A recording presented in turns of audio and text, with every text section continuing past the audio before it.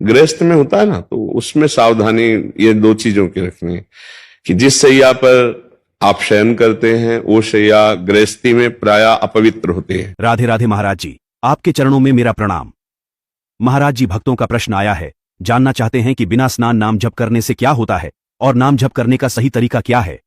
गृहस्थी जीवन में नाम हम कैसे जप कर सकते हैं? सुबह उठकर नाम जप कैसे करना चाहिए और सोच जाने के बाद क्या हम नाम जप कर सकते हैं या नहीं?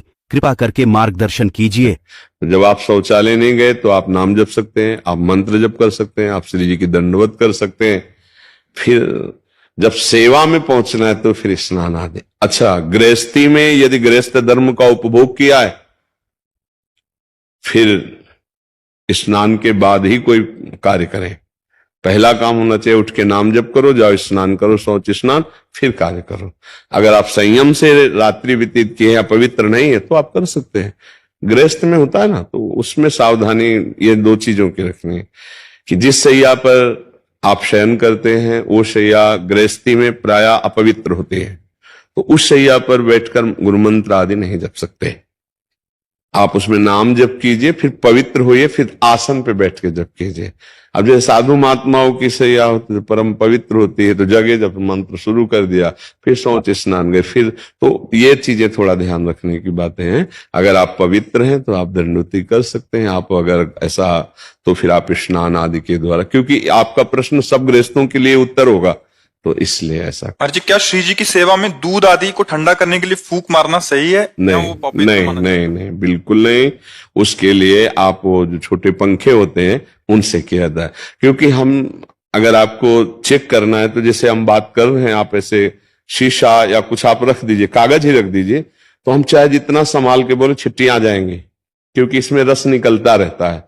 तो जब ऐसे करेंगे तो हमारे थूक के साथ कोई न कोई कण गिरेगा, वो अपवित्र हो जाएगा, भोग लगाने योग्य नहीं होगा।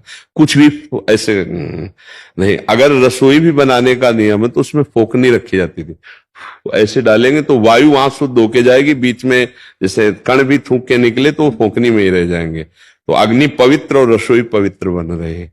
कुछ पवित्रता का जो निर्वाह है, ठंडा करने के लिए छोटे पंखे आते हैं, ऐसे हाथ से पंखे कर दिए, थोड़ी देर में ठंडा हो गया उचित, और फिर भोग लगा दिया। मुख से तो ना करें ऐसा। और रसोई बनाते समय बातचीत करने के लिए भी मना किया गया है, क्योंकि हम जैसे आटा लगा रहे हैं, बातचीत कर रहे हैं, अगर चिट्टी पड़ गई तो भोग लायक नहीं रहा। हम अंदर नाम जप करें, बात करना है, जैसे गुरुजनों से जैसे बात की जाती है ना, जैसे खड़े होकर बात करना हो, तो ये पद्धति है, ऐसे करके बात की जाती है। उसे सभ्य जो पुरुष बात करेगा अपने गुरुजनों से, श्रेष्ठ जनों से, तो ऐसे बात करेगा जी, ऐसे कि कहीं मेरी थूक की छिट्टी सामने मतलब ना चली जाए, ऐसे करके बात करेगा।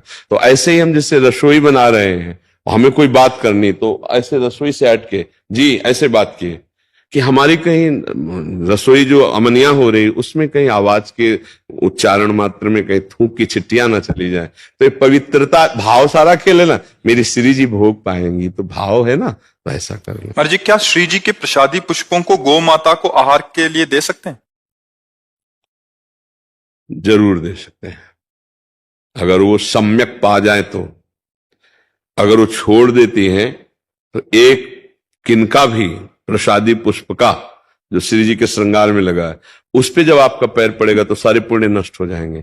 इसीलिए उसको सुव्यवस्थित करके, जैसे हम यमुना जी, गंगा जी जहां धाराएं हैं, तो धारा से 10 हाथ पहले बालू खोद लें और खोद के उसमें नीचे करके ऊपर से बालू डाल देते। जब गंगा जी की बाढ़ आएगी तो उसमें, और वो अंदर ही वहीं रेती पे है, तो परम पवित्र स्थान है, और किसी के ऊपर बालू कर दिया तो अब पैर किसी के लगने वाली बात नहीं रह गई ऊपर से, क्योंकि ये पृथ्वी भगवान शेष जी के फड़ पे ही तो टिकी है। कहते नीचे तो है तो भगवान है, शेष जी के फड़ पे टिकी हुई है। तो हम ऐसे मर्यादा से कर ले। जैसे हम गाय को डालेंगे तो हमें लगता है सम्यक वो प्रसाद भावना से गाय तो पाएगी नहीं, तो गाय माता ने पूरा खा लिया था लेकिन गुलाब के पुष्प छोड़ दिए थे, तो वही हम कह रहे, एक भी पंखुड़ी अब वो पैर में पड़ेगी तो हमारी उपासना भंग हो जाएगी। पवाने में कोई दोष नहीं। मान लो गुलाब का फूल प्रसादी होता था, हम ही पा लेते हैं। श्री जी ने विराजमान, मान लो राधा नाम विराजमान है, वो गुलाब के फूल में विराजमान, तो पूरा प्रसादी है, तो प्रसादी हम पा लेते थे। तो वो बात अलग है। अब अगर एक जैसे हमें राधा वल्लभ लाल जी की प्रसादी माला पहनाए जाते हैं तो सबसे पहला काम ऐसे करते हैं, वैसे कहीं पंखुड़ी ना गिर जाए। प्रसादी का बहुत बड़ा महत्व है, इसलिए ऐसा हमें लगता है कि उसे एकत्रित करते जाओ और फिर जब महीना 2 महीना में कहीं पावन सरोवर नदी आदि के समीप जाओ तो खोद करके उसे हम गाड़ दें। बहुत बहुत धन्यवाद महाराज जी, हम सबको मार्गदर्शन करने के लिए। दोस्तों, महाराज जी की बातों को अगर आप फॉलो करोगे तो मुझे उम्मीद है सारे बुरे कर्म, पाप, रोग, दुख, तकलीफ से हमेशा बचे रहोगे। वीडियो कैसा लगा कमेंट करके जरूर बताएं। वीडियो को लाइक कीजिए, चैनल को सब्सक्राइब कीजिए। मिलते हैं नए वीडियो पर। राधे राधे।